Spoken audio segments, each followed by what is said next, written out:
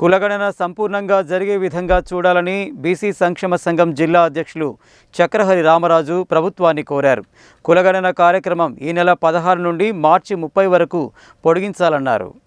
శనివారం నల్గొండ జిల్లా జ్యోతిబాపూలే భవనంలో బీసీ సంక్షేమ సంఘం జిల్లా అధ్యక్షుడు చక్రహరి రామరాజు ఆధ్వర్యంలో బీసీ కులగణనపై ఏర్పాటు చేసిన మీడియా సమావేశంలో మాట్లాడుతూ ఈ నెల 16 నుండి 28 వరకు జరిగే కులగణనను మార్చి 30 వరకు పొడిగించాలన్నారు. డెడికేటెడ్ కమిటీ ఇచ్చిన కులగణన రిపోర్టు తప్పుల తడకాని ప్రభుత్వం కులగణనపై అన్ని రకాలుగా విస్తృత ప్రచారం చేయాలని కోరారు. జిల్లా కలెక్టర్లను బాధ్యతగా పెట్టి సంపూర్ణ కులగణన చేయించాలని, ప్రజలకు అనుకూలమైన సమయంలో అధికారులు వారి ఇండ్లకు వెళ్లి కులగణన చేసే విధంగా చర్యలు తీసుకోవాలని అన్నారు.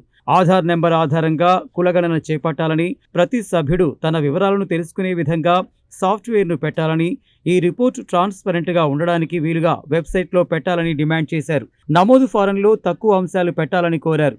ఇంతవరకు కులగణనలో పాల్గొనని బీసీలంతా నిర్భయంగా పాల్గొని తమ పేర్లను నమోదు చేయించుకోవాలని కోరారు. బీసీ సంఘాల ప్రతినిధులు, మేధావులు, బీసీ విద్యార్థులు, సర్పంచులు, ప్రజాప్రతినిధులు ప్రతి ఒక్కరూ సంపూర్ణంగా కులగణనకు సహకరించాలన్నారు. ఈ కార్యక్రమంలో నేలపట్ల సత్యనారాయణ, కంది సూర్యనారాయణ, కాసోజు విశ్వనాథం, నల్లసోమ మల్లన్న, కేశబోయిన శంకర్ ముదిరాజ్, గోలి విజయ్ కుమార్, నెకరకంటి కాశయ్యగౌడ్, నాగులపల్లి శ్యామ్ సుందర్, జల్లా ఆదినారాయణ తదితరులు పాల్గొన్నారు. ఈరోజు బీసీ సంక్షేమ సంఘం నల్గొండ జిల్లా ఆధ్వర్యంలో ఈ విలేకరుల సమావేశం ఏర్పాటు చేయడం జరిగింది. ఈ కార్యక్రమంలో మరి కుల సంఘాల అధ్యక్షులు ముఖ్యంగా పాల్గొనడం జరిగింది. ప్రధానంగా ఈ మధ్య రాష్ట్ర ప్రభుత్వం నిర్వహించినటువంటి సమగ్ర కులగణనలో బీసీల యొక్క జనాభాను తగ్గించి చూపించడం జరిగింది. గతంలో చేసినటువంటి అన్ని సర్వేలలో బీసీల శాతం 50% పైన ఉన్నట్టు చూపిస్తుంది. కేవలం ఈ కుటుంబ సర్వేలో మాత్రమే 46% ఉన్నట్టు ఈ యొక్క సర్వేలో చూపిస్తున్నారు. ఇది చాలా అన్యాయమని రాష్ట్ర వ్యాప్తంగా అనేకమైనటువంటి ఉద్యమాలు జిల్లా స్థాయిలో, మండల స్థాయిలో, రాష్ట్ర స్థాయిలో మరి ఇది తప్పుల తడకగా ఉంది. ఈ యొక్క సర్వే తప్పు అని ఆందోళన చేసిన ఫలితంగా రాష్ట్ర ప్రభుత్వం గమనించి తిరిగి రేపు 16వ తారీఖు నుంచి 28వ తారీఖు వరకు ఏ కుటుంబాలైతే సర్వేలో పాల్గొనలేదో వాళ్ళందరి యొక్క సర్వేని నిర్వహించాలని మరి రాష్ట్ర ప్రభుత్వం చేపట్టడం జరిగింది. అయితే ఈ సందర్భంగా బీసీ సంక్షేమ సంఘం నుంచి మేము కోరేది ఏంటంటే, ముఖ్యంగా అధికారులను కలెక్టర్ గారు చొరవ చూపి అందరి అధికారులకు ఆదేశాలు ఇచ్చి మరి సర్వే సరిగ్గా జరుగుతుందా లేదా అనేటువంటి విషయాన్ని పర్యవేక్షించి అందరి యొక్క సర్వే జరిగే విధంగా అధికారులు మరి చేపట్టాలి, అధికారులు కార్యక్రమాలు చేయాలని ముఖ్యంగా కోరుతున్నాం. అదేవిధంగా గ్రామాలలో ప్రతి గ్రామంలో కూడా డప్పు చాటించి అందరూ ఈ యొక్క సమగ్ర కుటుంబ సర్వేలో పాల్గొనాలని, అదేవిధంగా ఆ గ్రామంలో ఎవరైనా వేరే గ్రామాలకు పోతే కూడా వారు కూడా వచ్చి దీంట్లో పాల్గొనే విధంగా అక్కడున్నటువంటి యొక్క ప్రజాప్రతినిధులు, ముఖ్యంగా బీసీ ప్రజాప్రతినిధులు మరి చొరవ చూపాలని కోరుతున్నాం. అదేవిధంగా బీసీ సంఘాలు కానీ, బీసీ యొక్క అభిమానులు కానీ ప్రతి ఒక్కళ్ళు కూడా ఈ సర్వేలో పాల్గొని సంపూర్ణంగా మన యొక్క జనాభా లెక్కలు తేలే విధంగా అందరూ కూడా సహకరించాలని మేము కోరుతున్నాం. ఈరోజు రాష్ట్ర ప్రభుత్వం బీసీల కులగణన గురించి మరి చర్చించుకొని మరి ఒక 16వ తారీఖు నుంచి 28వ తారీఖు వరకు అవకాశం ఇచ్చినందుకు మా యొక్క పోరాట ఫలితమని మేము అనుకుంటున్నాము.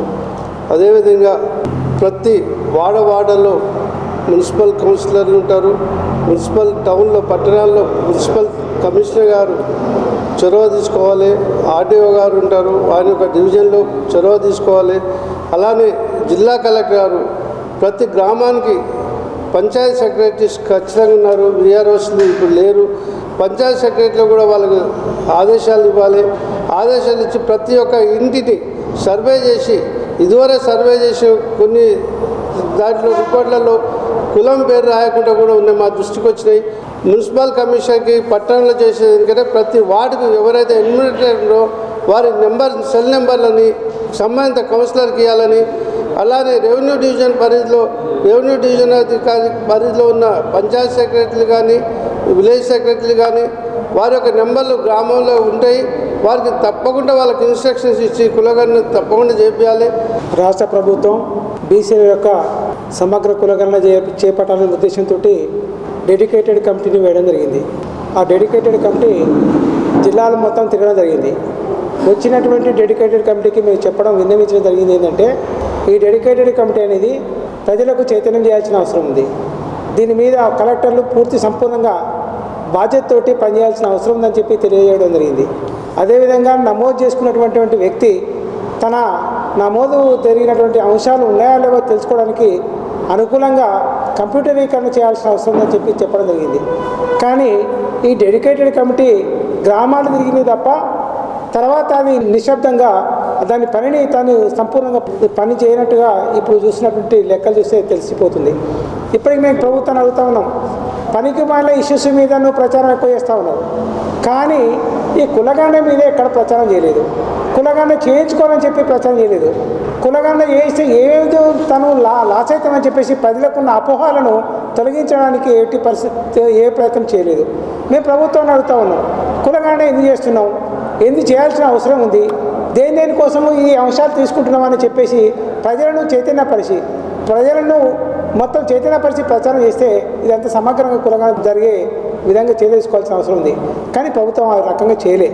సంపూర్ణ సర్వే అయిన తర్వాత మాత్రమే దీని అసెంబ్లీలో అదేవిధంగా పార్లమెంటు పెట్టి పాస్ చేసేసి మాకు రిజర్వేషన్ ఫలాలను అందించడానికి ప్రభుత్వం చర్య తీసుకోవాలని చెప్పేసి మేము డిమాండ్ చేస్తాం. గతంలో జరిగిన కులగణనలో మరి సమగ్ర కులగణనలో 51%గా బీసీల నమోదు జరగడం జరిగింది.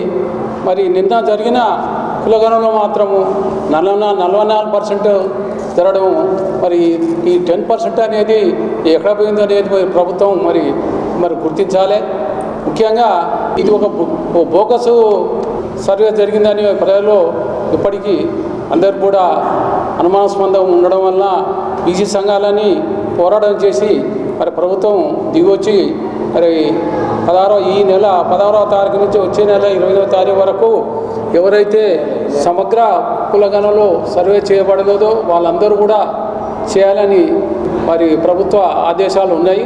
మరి ఇప్పటికైనా కూడా మీరు మిగిలిపోయిన ఇప్పుడు కుటుంబాలను గుర్తించి ప్రతి ఒక్క స్పెషల్ ఆఫీసర్ని ప్రతి మండలానికి ఒక స్పెషల్ ఆఫీసర్ చేసి గ్రామ స్థాయి వరకు సంపూర్ణమైన కుటుంబ సర్వే చేయవలసిందిగా మేము ఈ సందర్భంగా కోరుచున్నాం ప్రభుత్వం.